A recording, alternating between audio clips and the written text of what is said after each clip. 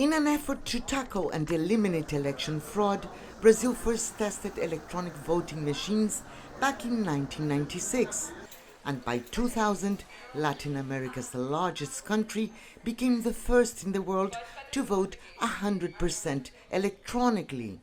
And for October's election, Brazil's efforts to secure the vote go even further.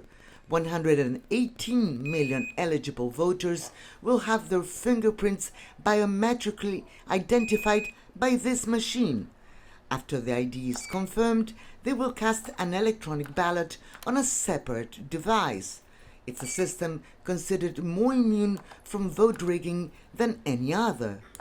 Brazil has 75% of its voters biometrically registered, and it could have even reached more if it had not been for the pandemic that delayed the process, which grants even more safety. And the counting is extremely fast, allowing us to have the results on the same day. Before, it would take 1 or 2 weeks. Brazil's voting machines are not connected to any network, making them impossible to be altered by outsiders.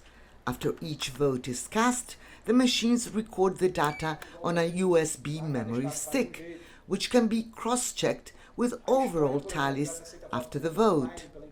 According to Brazil's electoral court, no one has ever managed to hack these machines.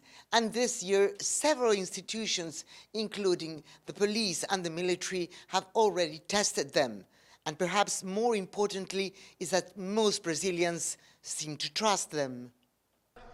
While Brazilian President Jair Bolsonaro, who is running for re-election, continues to claim, without proof, that the system is prone to fraud, a recent Datafolha poll found that 79% of voters say they trust the electronic system.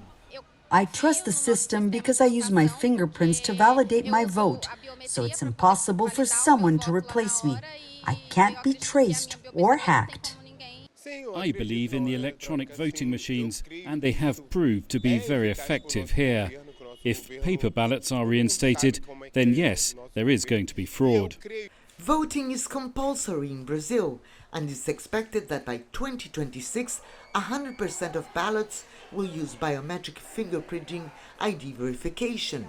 To date, electronic voting here has shown to be reliable and relatively trouble-free, and a vast improvement over the days election officials acknowledge were fraught with widespread fraud before the advent of electronic machines. Lucrecia Franco, CGTN, Rio de Janeiro.